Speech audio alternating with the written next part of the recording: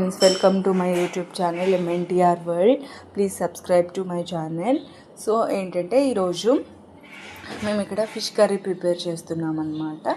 First ఏంటంటే మంచిగా fish పీసెస్ని వాటర్లో కొంచెం సాల్ట్ వేసి ఆ ఫిష్ పీసెస్ని మంచిగా ఒక 2 times క్లీన్ చేసుకోవాలన్నమాట. క్లీన్ చేసుకున్న తర్వాత వాటర్ అంతా పారబోసి ఇప్పుడు మనం ఒక పెద్ద సైజు నిమ్మకాయ తీసుకోవాలన్నమాట.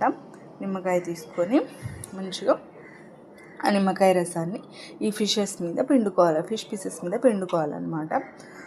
ఇట్లా చేస్తే ఏంటంటే మనకి ముక్క అనేది గట్టి పడుతుంది అండ్ నీచు వాసన అనేది రాదనమాట. ఇట్లా ఈ విధంగా మనం లెమన్ జ్యూస్ అనేది ఆ ఫిష్ పీసెస్ మీద పిండుకొని ఈ లెమన్ జ్యూస్ అంతా వాటికి పట్టే విధంగా ఆ గిన్నెతో పాటు ఇట్లా పైకి కిందికి అనుకోవాలన్నమాట. ఇలా చేస్తే ఏంటంటే జ్యూస్ అనేది ఫిష్ పీసెస్కి మంచిగా పడుతుంది. ఇట్లా లెమన్ అప్లై చేసిన తర్వాత కూడా ఒక 1 time వాష్ చేసి పక్కన పెట్టేసుకోవాలి. ఇక్కడ ఏంటంటే మనం ఫిష్కి కావాల్సిన మసాలా అనేది ప్రిపేర్ చేసుకుందాం అనమాట. ఫస్ట్ ఒక బౌల్ తీసుకొని అందులో ఒక 4 tablespoons కారం వేసుకోండి. అట్లా ఇక్కడ మేము కొంచెం చిటికెడు మెంతి పొడి వేస్తున్నాం అనమాట. మెంతి పొడి అండ్ ఒక 2 tablespoons సాల్ట్ అనమాట. ఇక్కడ మేము రాక్ సాల్ట్ యూజ్ చేసాం. ఇక్కడ ఇది ఆరోగ్యానికి మంచిది కాబట్టి. అండ్ నెక్స్ట్ ఏంటంటే ఆనియన్ ఉంటుంది కదా, ఆనియన్ని మంచిగా స్టవ్ మీద కాల్చి అది చల్లారిన తర్వాత మిక్సీ పట్టామన్నమాట. కొంతమంది ఏం చేస్తారంటే ఆనియన్ని ఆయిల్లో వేయించి మిక్సీ పడతారు. అదొక టేబుల్ స్పూన్ ఆనియన్ పేస్ట్, ఒక table spoon and garam masala వచ్చేసి 1.5 tablespoon తీసుకోండి. నెక్స్ట్ ఏంటంటే ధనియా పౌడర్ కూడా ఒక టేబుల్ స్పూన్ తీసుకోండి. నెక్స్ట్ వచ్చేసి అల్లం వెల్లుల్లి పేస్ట్ అనమాట. అల్లం వెల్లుల్లి పేస్ట్ ఒక 2 tablespoons తీసుకోండి.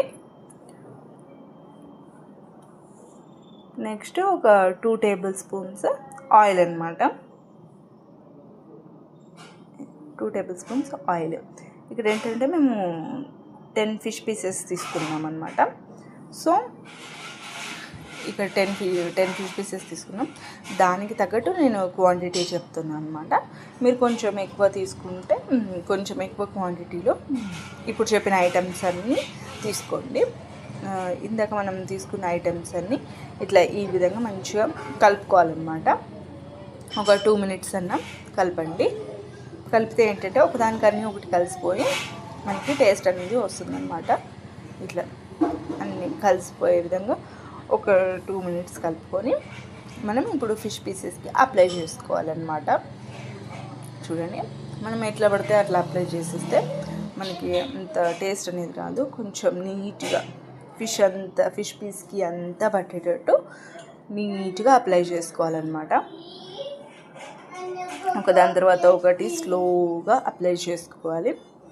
ఇట్లా మేము చూపిస్తున్న విధంగా మంచిగా అంతా స్లోగా అప్లై చేసుకోండి.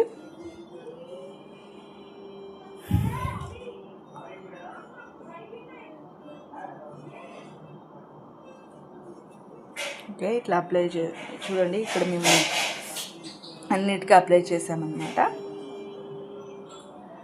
ఇట్లా మీరు కూడా ఈ విధంగా అప్లై చేసేసుకొని